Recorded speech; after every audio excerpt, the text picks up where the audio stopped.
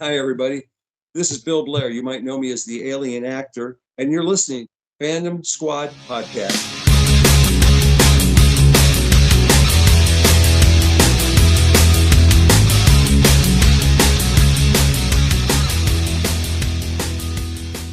Hey everyone, this is going to be another episode of the Phantom Squad podcast.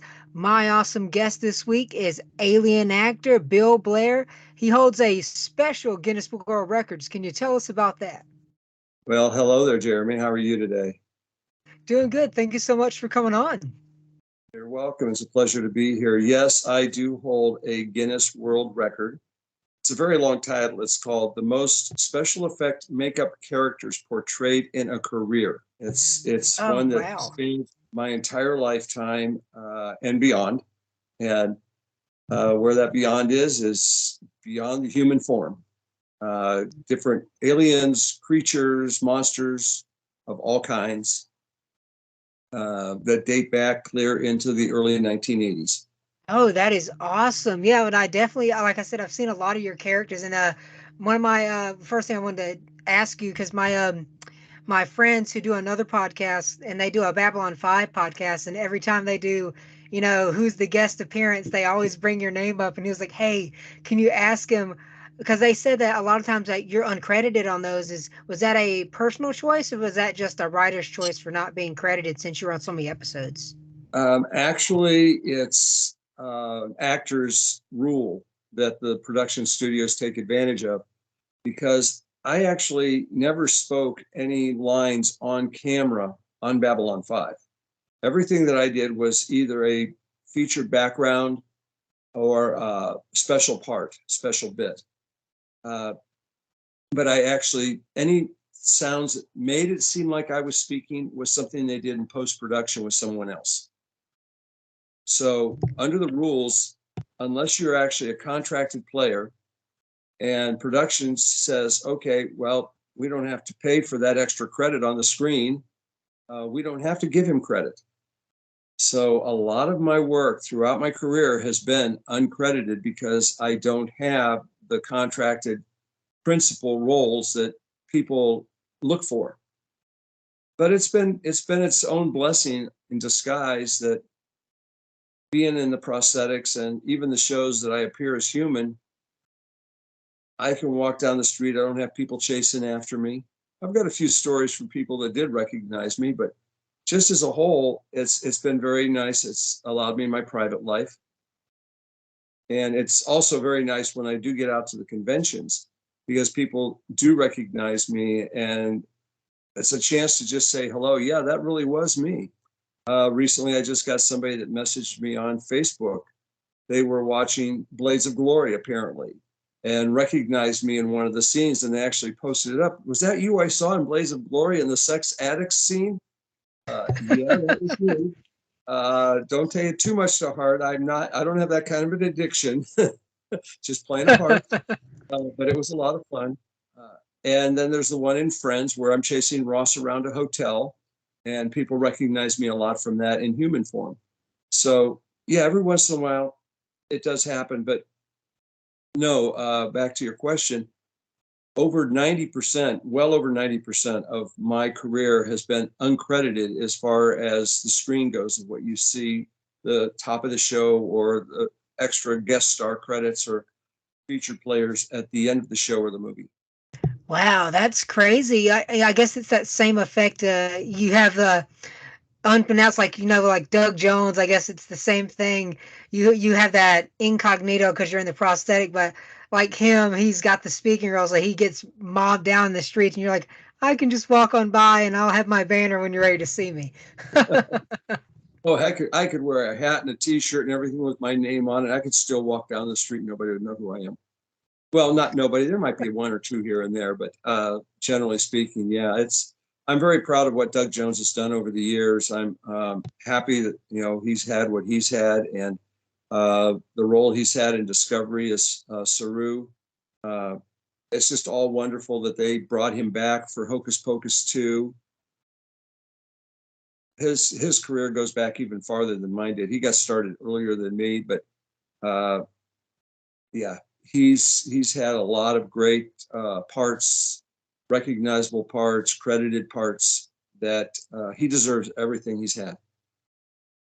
Yes, yes, I know he has his own cult following as well.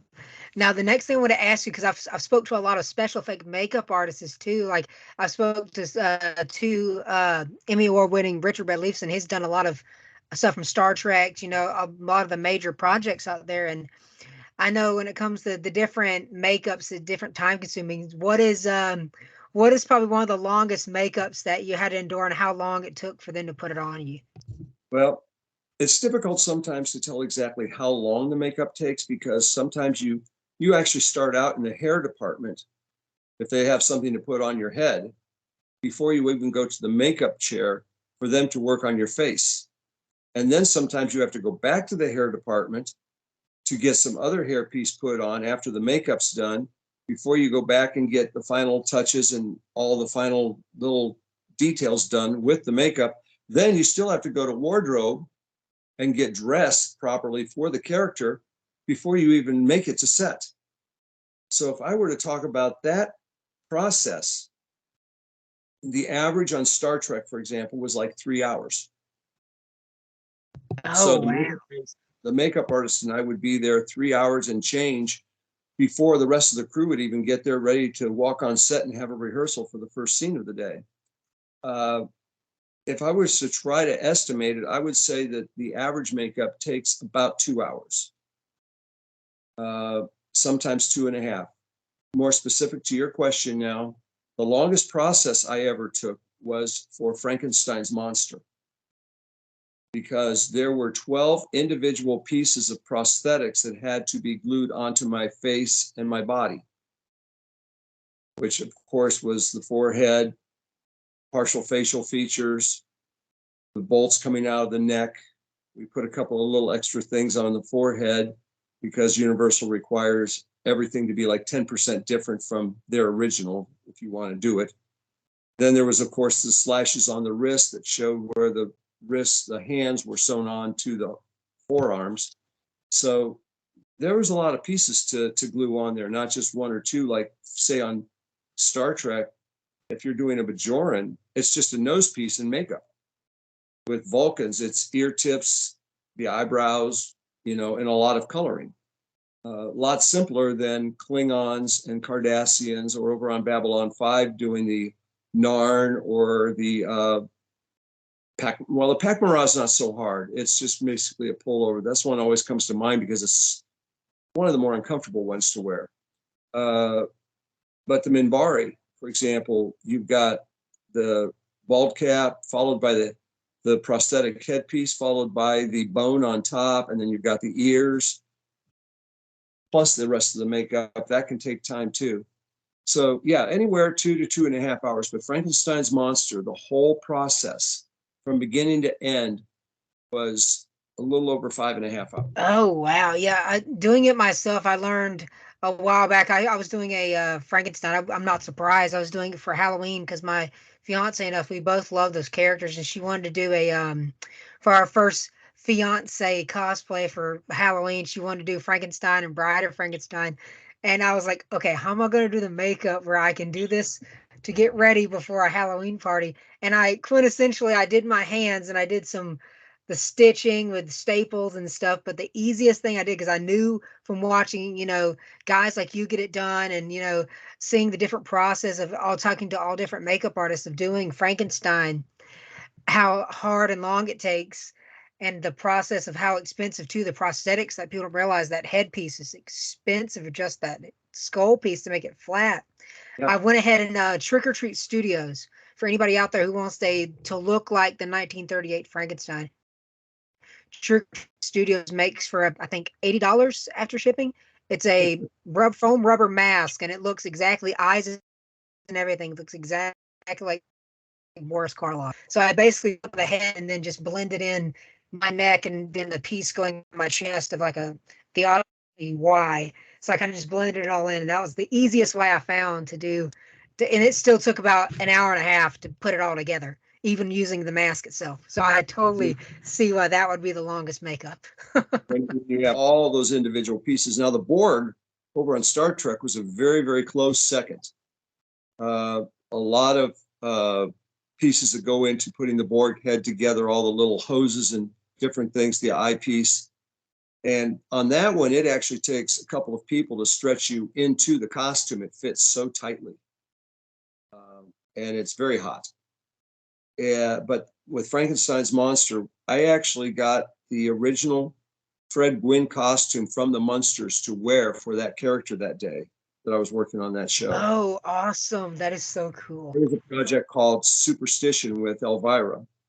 And there were three of us, me as Frankenstein's monster, another friend from Star Trek played Dracula, and another friend that played characters on Babylon 5 played the Wolfman. And so it was the three of us and Elvira for a couple of days, 3 days of work. And the first day, was quite involved getting it done right the first time. The second and third days went much quicker, of course, which is what happens with prosthetics. The more you do it, the quicker it goes. There was a series of episodes on Star Trek Deep Space Nine where I was playing a Cardassian almost every single day of the episode. So the more days we went, the quicker it got, because we were using the exact same piece every time. When I change episodes, I change Cardassians. So the pieces are different. The coloring's just ever so little different. It's like, humans, we all have slightly different looks. We don't all have exactly the same skin tone. We don't have exactly the same kind of wrinkles on our faces, for example. So the Cardassians, well, there was, several different molds that we would use for Cardassians. So we would all have those slight little bit of differences, and it would vary between whether I was just a Cardassian walking through the promenade or if I was actually a soldier guard type character. If I was with Damar or Ducat during the takeover when I'm on the bridge, I call it still, the command center of DS9. There's all these little subtle differences that go into play. And just that alone, each day can take a little extra time. Whereas when you're doing the same one day after day after day, it goes faster and faster. An example like Michael Dorn, when they first started out working with him as Worf, it was taking hours. But the longer they went, they decided, well, why are we trying to make Worf a different color of dark brown than what his natural skin tone is? Why we just don't work with his natural skin tone? So if you watch the first couple of seasons of Star Trek, you'll notice that Worf's complexion changes a little bit as they made that adjustment. So his makeup started going faster and faster. And on days when, for example, he wouldn't be in any close-ups, they already knew that he was just on the bridge or something like that. They wouldn't have to do those perfectly smooth edges around the eyes. So he could be done in like 30 minutes. I had an episode of Babylon 5 where I was just there working as more or less crew that day. Wasn't in makeup or anything, just doing basic things. And then all of a sudden they realized that they were short of Minbari. They needed a Minbari in this one scene, as we used to say, fill a hole. So it wasn't going to be close up or anything. So during lunch hour, actually not during lunch hour, that's another story. During the lighting setup, they said it'll be 45 minutes to set up for the next sequence. That's how long the makeup artist and I had to get me ready and in a wardrobe so I'd be back on set ready to go, and we made it. So little things like that will pop up. So sometimes it can be done very, very quickly, if you know ahead of what's exactly going to happen. But for full costume and full prosthetic makeup and everything, not knowing what is going to be coming up during the day, you've got to be prepared for everything. Yeah, it can take time. Oh yes. Now, when you were getting those done, I know the main cast work with, Michael Westmore. Did you ever get any appliances done by Michael, or was it just his other team members that were working for the prosthetics? Michael was very much the supervisor. And because on Deep Space Nine, anytime Dax was working on set, he was doing her Trill makeup. So he was occupied with that. No, we had a special team of makeup artists that worked just in the featured and the background areas of characters. The main characters, Cisco, Ducat, Damar, uh, Quark, Rom, all those characters, they were all done in another area from us. And so Michael Westmore would come around, though. For example, he might come around early in the morning because I'm there 2 or 3 days in a row. And on one day, I'm what we call a Westmore alien, because on Deep Space Nine, you just don't want people like Cardassians, Jemadars, or whatever. You've got to see this like an airport, like a way station where lots of different races, lots of different passengers and stuff may be passing through on their way somewhere, or they have business on Deep Space Nine. So they created what are called Westmore aliens, named after Michael Westmore, of course, because these were basically a one and done type of thing. You might see it one time and never see it again. We had some that you might see 2 or 3 times throughout the series. So he would come in the morning, for example, or he would have been there late in the evening, and he knew which makeup artist was going to work on me the next day. I usually had 1 or 2, possibly 3 different makeup artists who would work on me from time to time, but they would each be assigned to me the night before, so they knew who they were getting the next day. And I might be one character where they would just take pieces and parts of other aliens or random pieces that they would have, and they would literally create something on me that morning. And Michael might come in and just verify, okay, yeah, this is what we're doing. Yesterday, let's see, he was basically green and brown, so today let's make him yellows and blues. They would change the colors up. And Michael would know what colors, what location we're working on, the promenade, or if we're working on a hallway scene or something like that. So he would know what colors would work best in those scenes, which would make me look different from another character I played the episode or the day before. That's so cool. You wouldn't think that either, just a simple, palette change, or, a color variation would make a totally different character, even though it's the same prosthetics. I could have just, him having that knowledge of going, okay, he was brown yesterday. Just make him blue, and it'll be Yeah. something new for, in this wide shot. That's And it also has a lot to do with so the cool. script, and the scenes fall within the hour timeline of the show. Because if I'm going to show up in, let's just say I'm in scene 2, and all of a sudden I'm in scene 3, they've got to know that I can change between those two, because it's not uncommon for me to be 2, 3 different aliens in a single episode. In the final 2-hour series finale, I actually was 4 different alien races over that 2-hour finale, and most of it was in part 2. Now, did they tell you exactly which one? I know when you were filming, certain scenes, but did they tell you exactly, like, okay, you're going to be in this episode, this minute, this time, this timeline in here, or did you kind of go back and watch the episodes and go, there I am right there? Because from time to time I would get to see a script, and I would know what scene we're on, of course. And when we start this, of course, when we go into work, I'm not necessarily going to know when I arrive in the morning what we're shooting that day, because I haven't seen anything. I don't get the scripts or anything the day before. All I basically do, I might get a call sheet that says, here's when you're coming in tomorrow. A lot of times it's just a phone call that I get that tells me when I'm supposed to be in the makeup chair the next day. But got to remember, there's always the clapper board. And the clapper board, whenever they start a scene, has what scene you're in, what the name of the episode is, what episode number, who's directing. You get all that information. So I know today, if we shot, for example, I noticed that we're shooting scene 18 today. I come in tomorrow and all of a sudden I notice we're shooting scene 30 something, or maybe we're shooting scene 4 or 5. We may be shooting scene 1 for all I know. Then I can, at that point, put into my mind, okay, whatever I did yesterday came before or after what we're doing today. That I forget that, that they still, even though I guess back then in the 90s they still had the, clappers. I don't know if they still do that now, using the old clappers, which is funny. I have one of those in my podcast desk. I have a old clapper because I'm a history movie nerd and I need the old school clap. Yeah, no, well, clappers still, in a sense, clappers still need to be used, because that's what syncs up your video and your audio when they go into post-production. Oh, cool. I didn't know that. I thought it was just sort of just a, here's a marker sort of thing. I didn't know it was an actual, like it had like a legit No, role. I think it was just something they did years ago.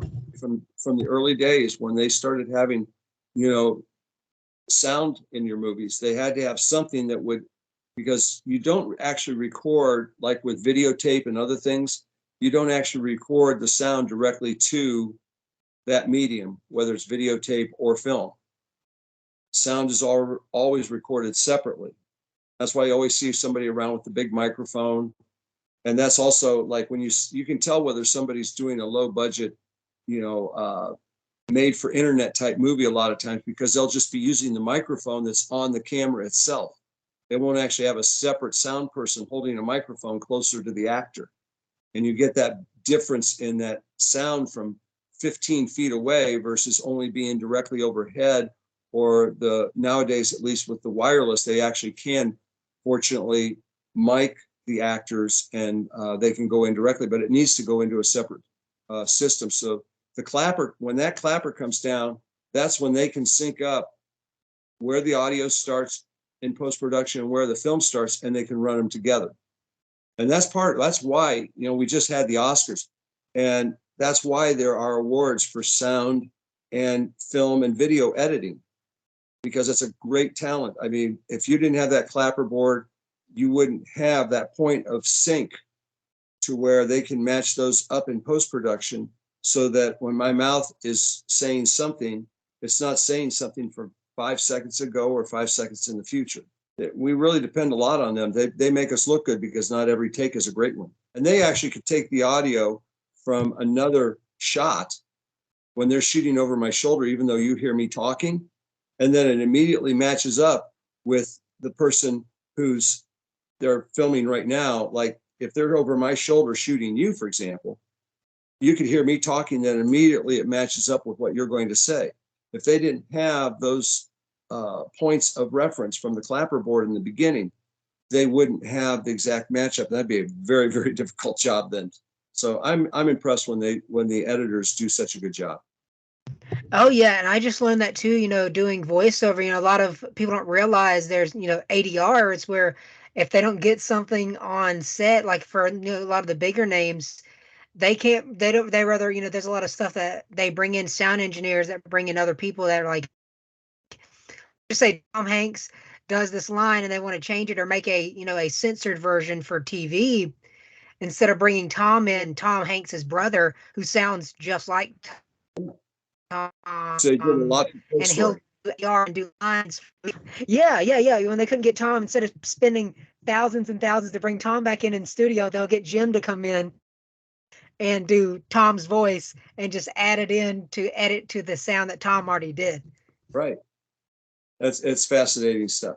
So yeah, that's the point when I can learn from the clapperboard what scenes and what shot we're doing, so that I can match that up in my head with what I did the day before, the scene before, what comes before and after. So I'm consistent. So how did you come about? One thing I want to ask you, like the first thing. So how did you, before you started the creature stuff, how did you get into acting, or did you do theater in high school, or how did you get into like the acting field and start this bug of journey of getting into, characters and acting? How did that come about? Well, the acting as a profession kind of fell in my lap. Uh, Other than just walking across the stage on a high school play, I didn't get a part in a high school play, except when we did the student directed one acts. And then, of course, I put myself in one. Four of us did a nice little thing called Concert in the Park, a one act play. And we did a really nice job, and I enjoyed doing that. But that was actually the only time I actually got a speaking part in a high school play. Everything else was just walking back and forth across the stage, being one of the chorus members or something like that, which was fine because I enjoyed a lot working backstage. I was learning all the technical aspects and sex construction and colors and everything like that. I did all the lighting design. So I was enjoying that part of it in high school. In college, I went into broadcasting as a speech major because I was in music then. I was playing in bands, nightclubs, high school band. Music was a big part of my life through college and even for a period of time after college. But around 1981, 1982, life took a turn for me, and I left the music industry, as it were, at that time, and went into modeling for print, camera, photography, and such. And all of a sudden, somebody asked me if I'd be in a movie. The gentleman's daughter was doing the casting for an American Playhouse on PBS movie that, oddly enough, was being directed, first time directing, by Bill Duke, and also Oh, starring wow. Dennis Farina, who people may remember years later from Law and Order and some other shows that he was in. This was back in his Chicago days, which is where I started out in this part of my career. And so my very first movie was one called The Killing Floor. And I was just there as a favor to this gentleman's daughter to fill in the background, to be an extra at the Chicago Stockyards. And being one who doesn't like to sit in a crowd and just twiddle my thumbs too much during the day, I was anxious and eager to learn about this thing called movie making. So I was watching from a distance safely, not being in the way. And all of a sudden I heard one of the assistant directors or somebody talking to the person in charge of all of the extras.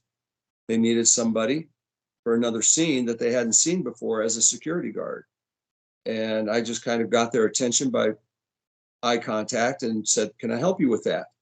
And they said, "Where were you?" I said, "Well, that big crowd that was over there, I was clear in the back. I could barely even see the camera." And they said, "Really?" I said, "Yes." They said, "Well, great. Go make him a security guard."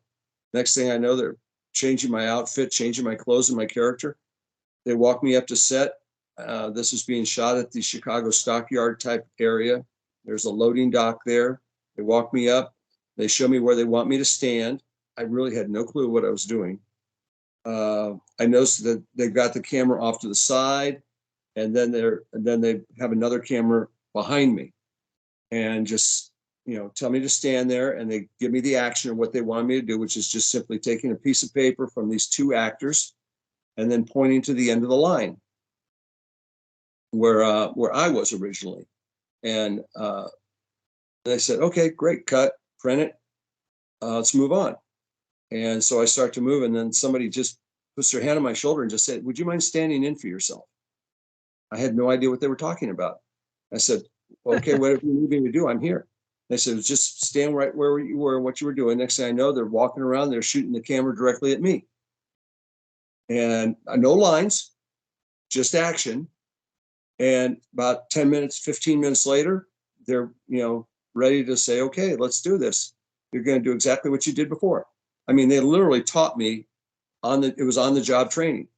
And so we shot the scene and the finished product. My parents were watching, everybody in town almost that we knew was watching.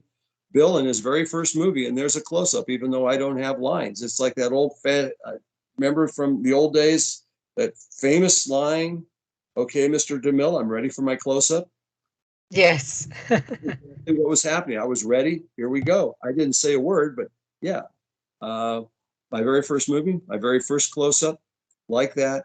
I'd done a few other little bits and things later on in Chicago, but that was actually the first and best of what I did in Chicago overall.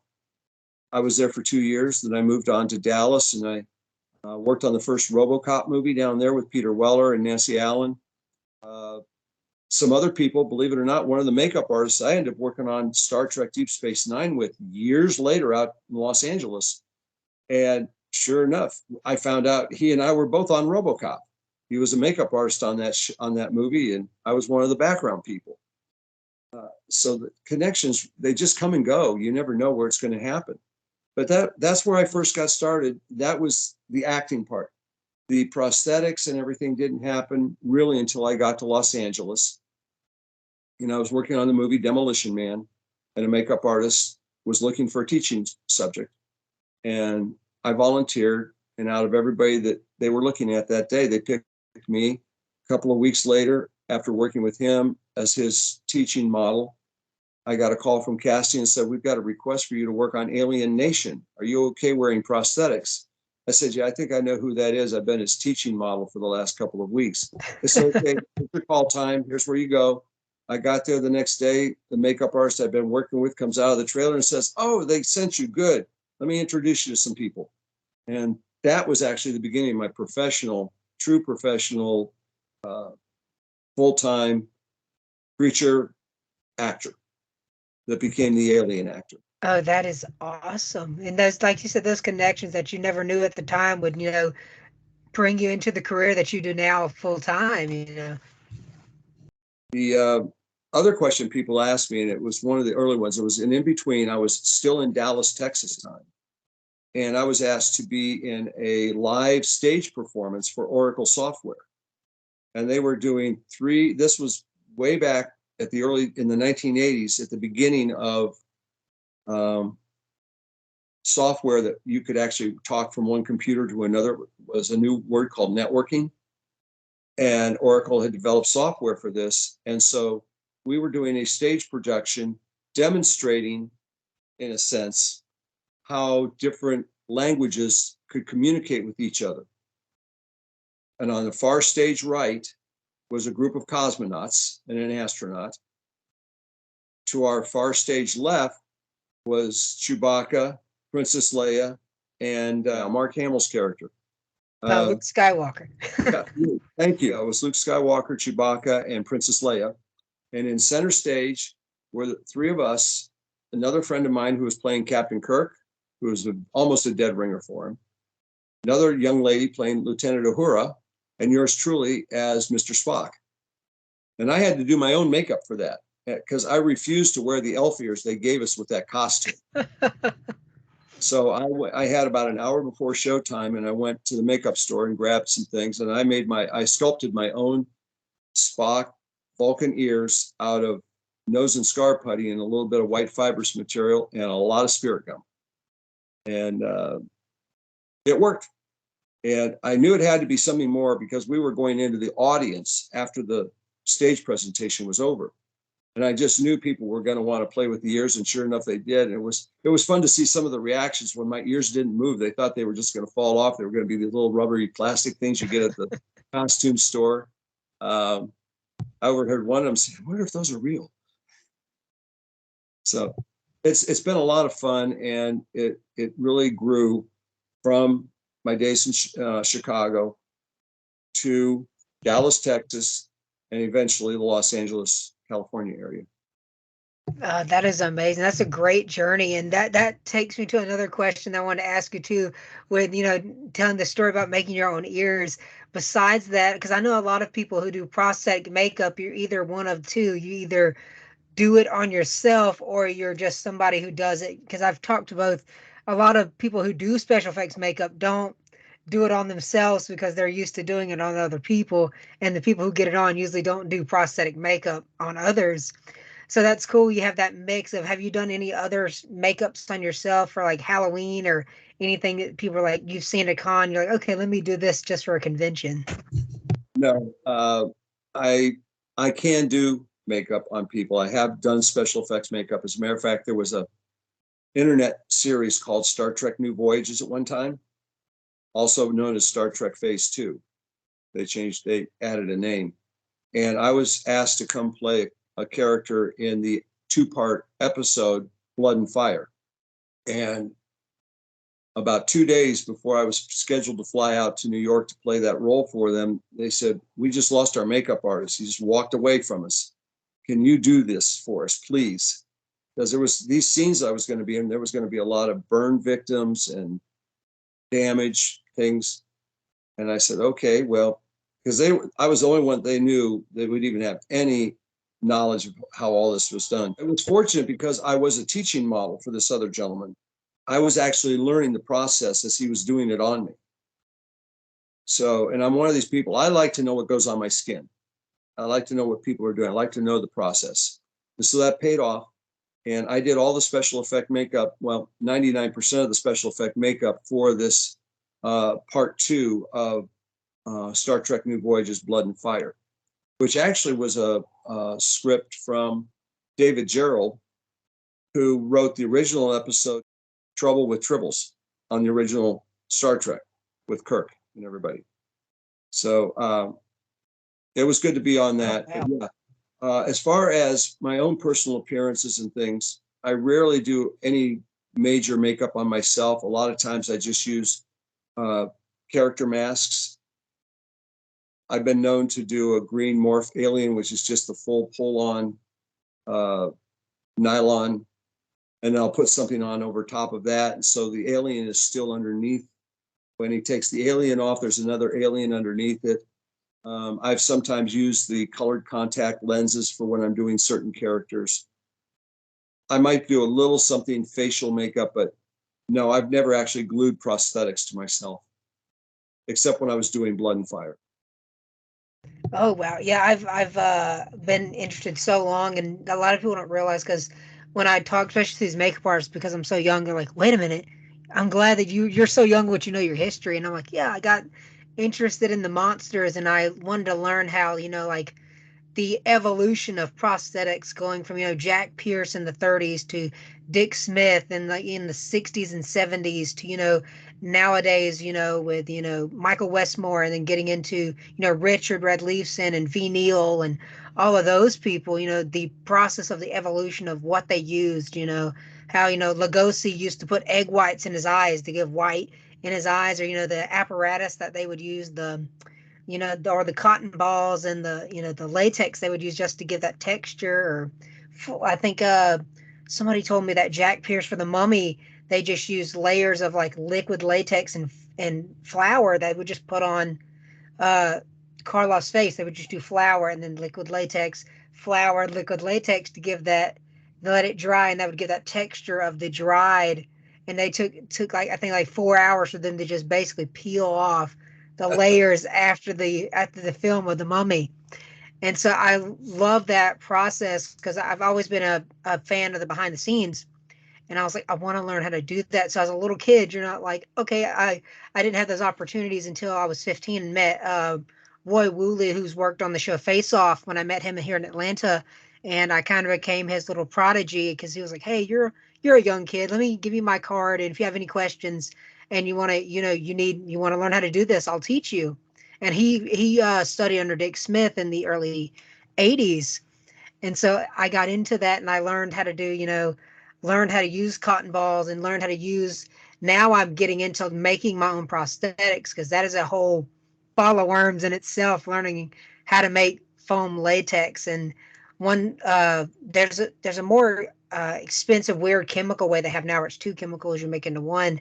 But the way I started doing it, watching, behind the scenes of Michael Westmore making prosthetics for Star Trek, taking that liquid latex that you can buy at Walmart, sticking it in a blender, blending that of easy prosthetic makeups without having to buy the super expensive chemicals that they sell now.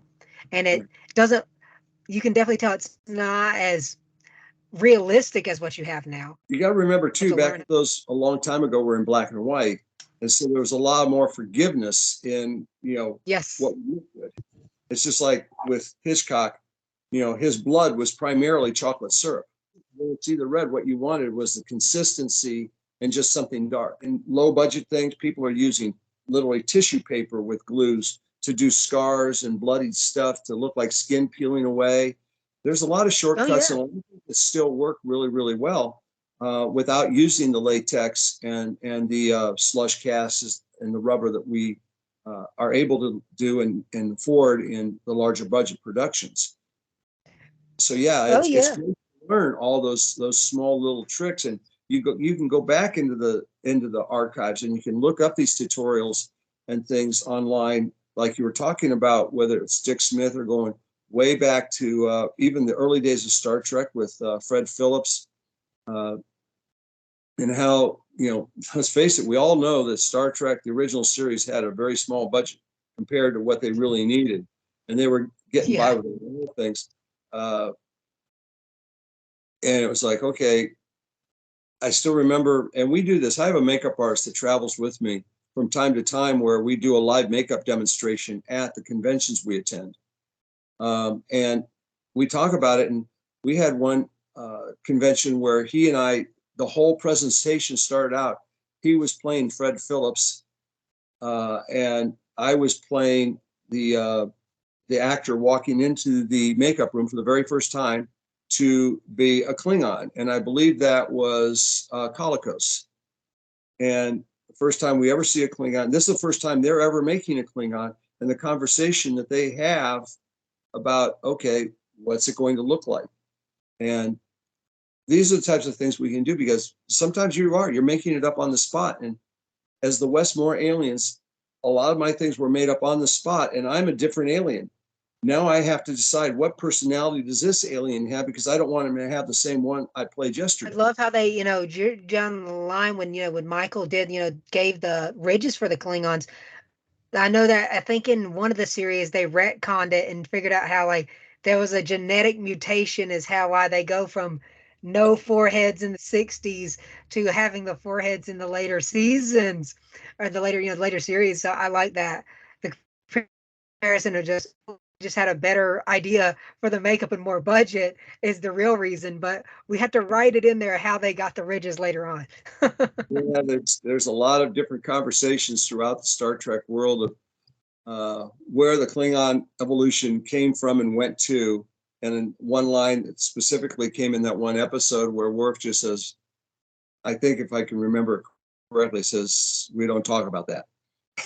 Yes. Has evolved a lot from the cotton balls, from lots of layers of just liquid latex. And I, like myself, the days where we literally had to be wrapped in plaster to do body parts, to be cast, to match, to sit there and have a head cast done where they wrap your head in the plaster and everything else. You got to have the straws up your nose so that you can breathe while the plaster is drying. And that while the plaster is drying, you can feel how hot it gets inside. And now there's new materials where they layer it on, put it on, it dries up in like 10, 15 minutes tops, sometimes 5 minutes, depending on how wet it is and what your room atmosphere is. It can dry up very quickly and it's off. It's so comfortable, and you don't need the straws. They just make the holes for the nose and they stay put. Nothing's running all over the place. When I did the full body double for a character in Batman and Robin with Mr. Freeze, it was an entire day's project of photographing the character in the pose, then going into the plaster room at the end of the day and having myself completely wrapped in plaster strips and everything to create that pose that we were working on earlier in the day as the Gotham City garbage man. Oh wow. Oh, I didn't even realize that was you. Oh my gosh, I had to go back and check that out. If That you is find me, let me crazy. know, because I never spotted myself. I watched the movie and the scenes that I thought I would be in. I don't think I'm any bigger than a miniature GI Joe look. But yeah, I'm in there somewhere. And somewhere Warner Brothers, some vault somewhere, probably still has my full life-size look-alike. I hope they do somewhere. I'd love to get it someday. Yes, I know. I just like a lot of those, the live casts. I just now for that mask that I was talking about earlier, I'm looking to get, a death. I think it's called a death mask. Now it's the head plaster cast you can get of the actors like Boris Karloff and stuff. And I'm getting one of those to actually put the head on to keep the shape of the face of the mask because it's literally Karloff's what they use to make the prosthetic. So it's cool, seeing those face casts, and it's one of those kind of like have an immortalize of that actor. Like there's a lot. My fiance, she loves the horror too, so she wants to get Karloff, Lon Chaney Jr. And you can buy those, and they also have ones of like young Vincent Price or old Vincent Price that you can get different of his career of how many different movies he did, and just those plaster casts are cool. So yeah, I would definitely, if I were you, I'd look into getting those because those are something that are pretty cool, and I know very collectible for fans. Yeah, there's a few things I know that certain fans would like to get their hands on that I actually still have 25 going on now, almost 30 years later, but somewhere between 25 and 30 years old, I have prosthetic pieces that I literally wore on set of Babylon 5. Oh, awesome, awesome. 20 years old for the ones I wore on Star Trek. Wow, that is awesome. Now, I know there's a certain way you have to, you know, store those so the latex doesn't crumble apart? Because there was an issue I know with the mask. A lot of people don't realize the mask from like the original Ninja Turtles Jim Henson film. A lot of those foam masks are completely deteriorated because that foam latex over time, if it's not preserved properly, will just crumble to pieces. So is there a certain way that you have it sealed or? No, there's actually no real big secret to it, and it's very simple overall. For me, I've just put them in plastic bags where I've sucked out, if you would, as much air, and I keep doing that. Remember, foam latex has a certain amount of moisture in it, and eventually, if that moisture is allowed to dry out, it's going to revert back to its powder form that it started without moisture. So the trick is keep the air away from it. Now, if you really want to do it all the way and put it in a display case, from what I understand, the best way to do it is make sure you've got an airtight case that you've put your plexiglass, your Lexan, whatever glass around it, and all the edges are sealed. And that sits on a wooden platform. And you seal the bottom of that. You drill a small hole through the bottom of the platform, and you suck out all the natural air in there, and you replace it with pure liquid, or not liquid, but gaseous hydrogen, or whatever it is they use now, because hydrogen can be explosive, I understand. But you refill it with something that has not got the regular pollutants and everything of normal air in there. And the idea is you don't want it to be, if you suck out too much air, then eventually what you'll notice happens is, even on a head form, that latex mask is going to shrink down and it won't be recognizable because you've sucked out everything in there. So you've got to keep something in there. And while I'm not the professional at this, there is a process of sucking out the natural air and refilling it, which I believe is with hydrogen.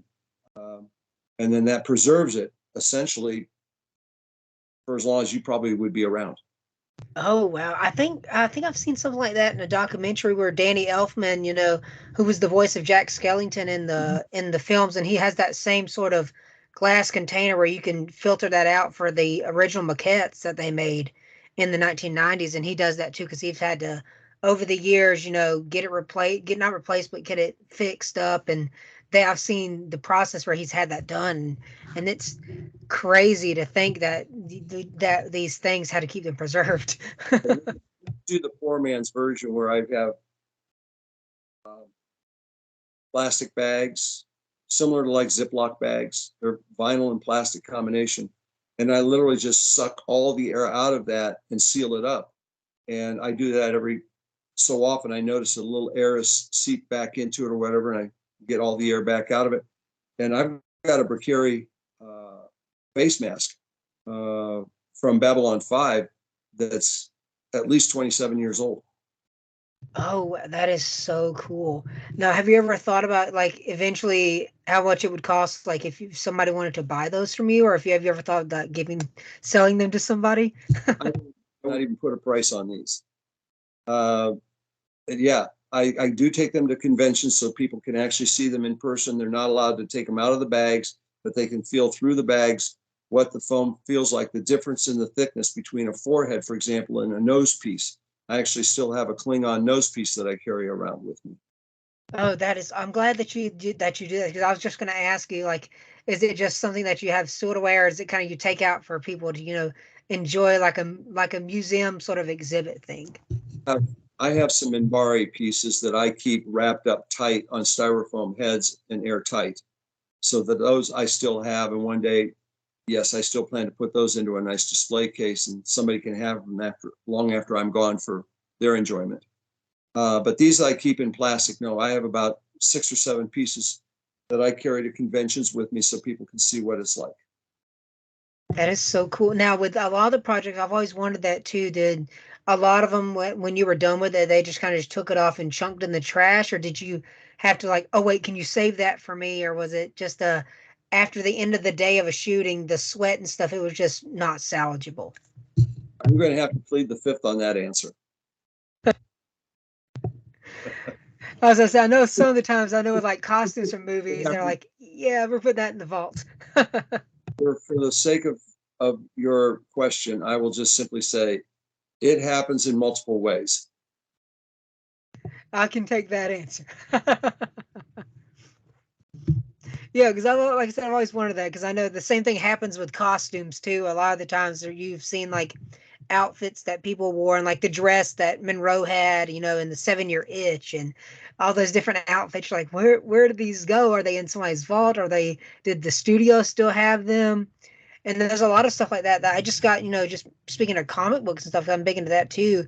A lot of these things you would think these companies would keep some of these things. Like I think DC for their vault just bought a Superman #1, and because they didn't think about the collectability or the value of these things back when they first came out, I think DC paid $3 million for a mint condition Superman #1 from a collector. Yeah. Yeah, there's the collectible value of things, whether it's aesthetics, it's magazines, props. I know the fans are real interested in a lot of these things, and I carry a few of them with me to the convention. So if you ever see me coming into your area at a convention, you might want to come out because I just maybe have something with me, not just my autographed photos and everything. I might actually have some collectible history with me you might be interested in.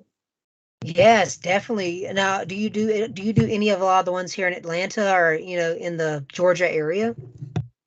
The last one that I was at was literally just a few months before Aaron passed away.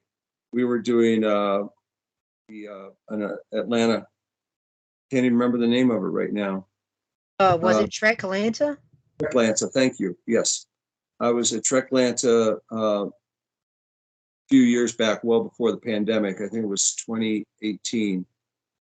Uh, but as I said, all I have to do is look up when Aaron passed away, and it was like 5 months before that.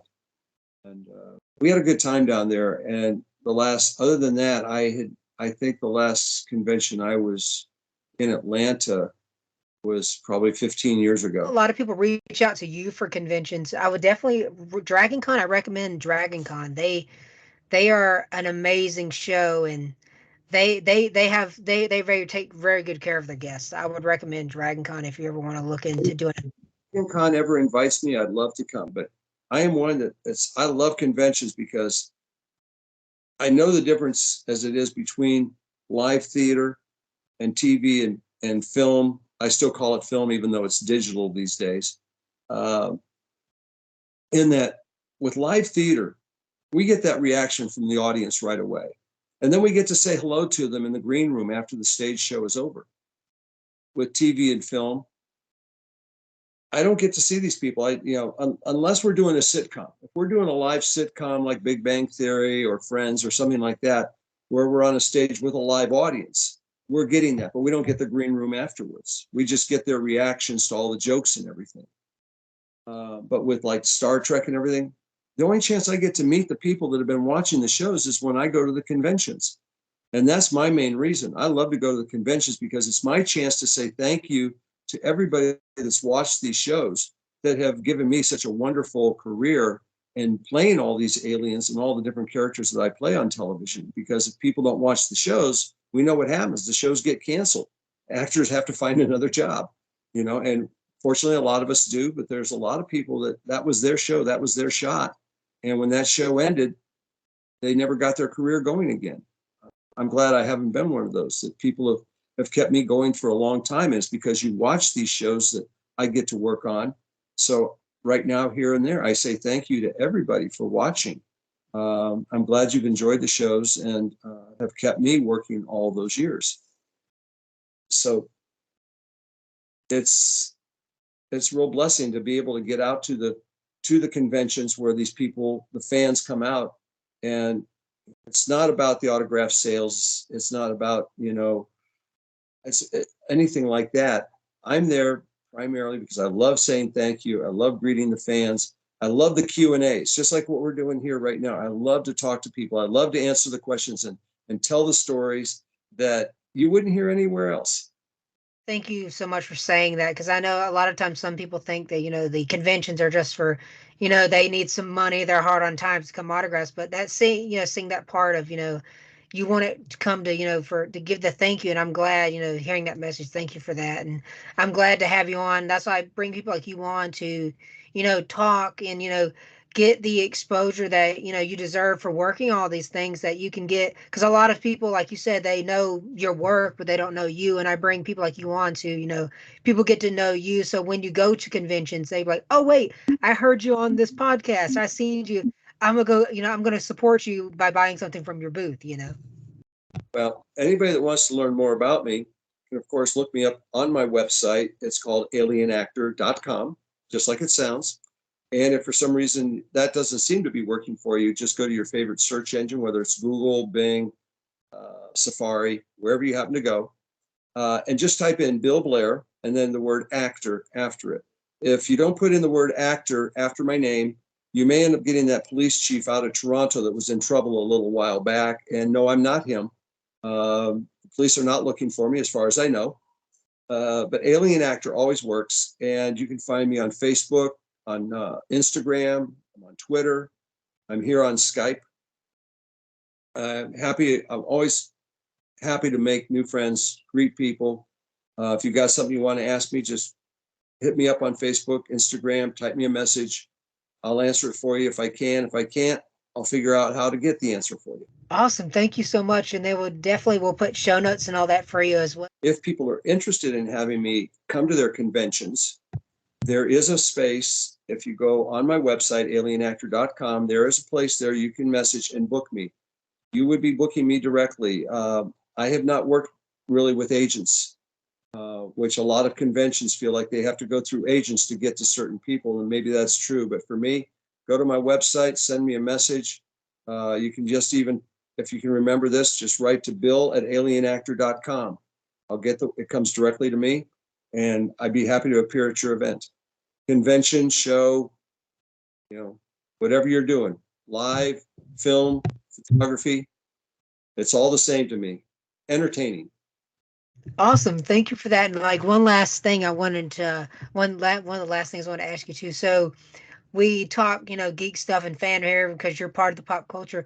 What are some of your top, I always say top three and two honorable mentions. What are some of the things that you like, you geek out about? That could be, like cooking or geek stuff, or what are some of the things that are your fandoms that you geek out about?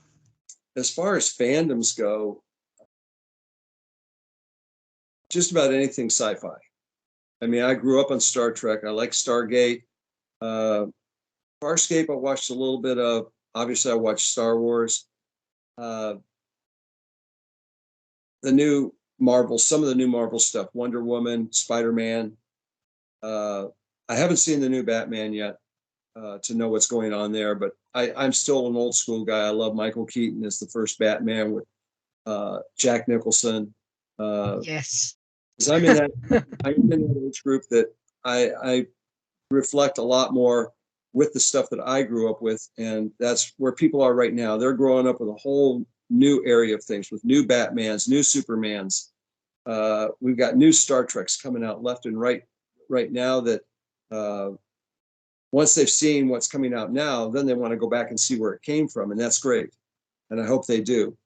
But my favorite pastimes, being where I'm at now in life, find me a beach and a body of water, and this boy is happy. Awesome, awesome. And then the last thing I want to ask you too, what is, somebody who either wants to get into being a, a character actor or just getting into the business, what is some advice that you can give someone wanting to get into doing what you do? Well, number one, it was like me, be lucky, be in the right place at the right time. It's just like any movie star that was ever really, you can look up what was their first job, what did they do beforehand. They were usually in a place somewhere that they got discovered. You get the right audition. You've got to be visible. You've got to make yourself known. Let people know that you're available, what you like to do, and then practice your craft every day. It's like the best gymnasts, the best Olympic stars. They started when they were young, sure, and they did it every day. But there are actors that didn't start until middle-aged.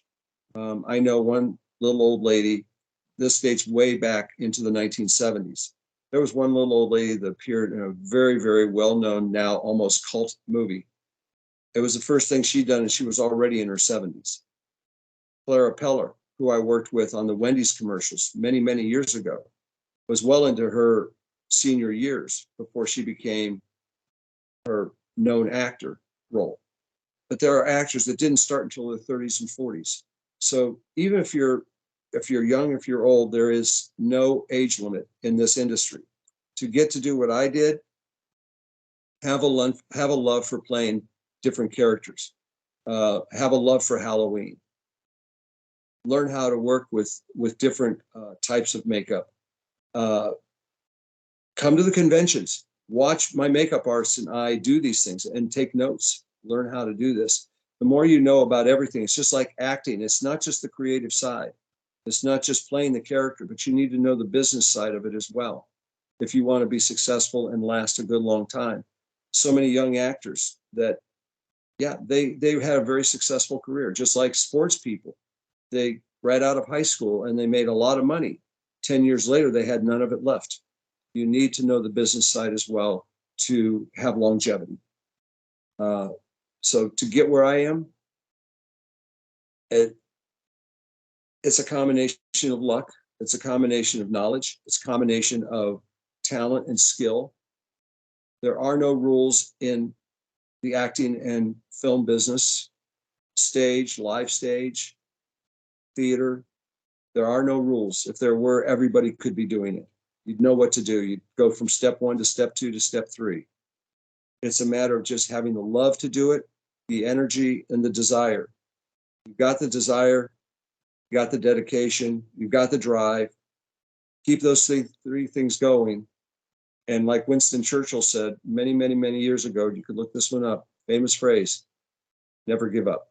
Thank you for that. Like I said, I always ask that at the very end, because I know each person has a different advice for how they did things, and I always want that perspective as well. Yeah, stay tuned. Stay tuned to alienactor.com for my upcoming appearances, and listen to the podcast here and find out when I may be back again. It's been great talking to everybody, and it's been wonderful being on your show, and I thank you for having me. All right, everyone. That's going to be another episode of the Fandom Squad podcast. Would you like to share our outro? We always say, enjoy the madness. Enjoy the madness. Hi, everybody. This is Bill Blair. You might know me as the Alien Actor, and you're listening to me on the Fandom Squad podcast, and it's been great. Have a good day.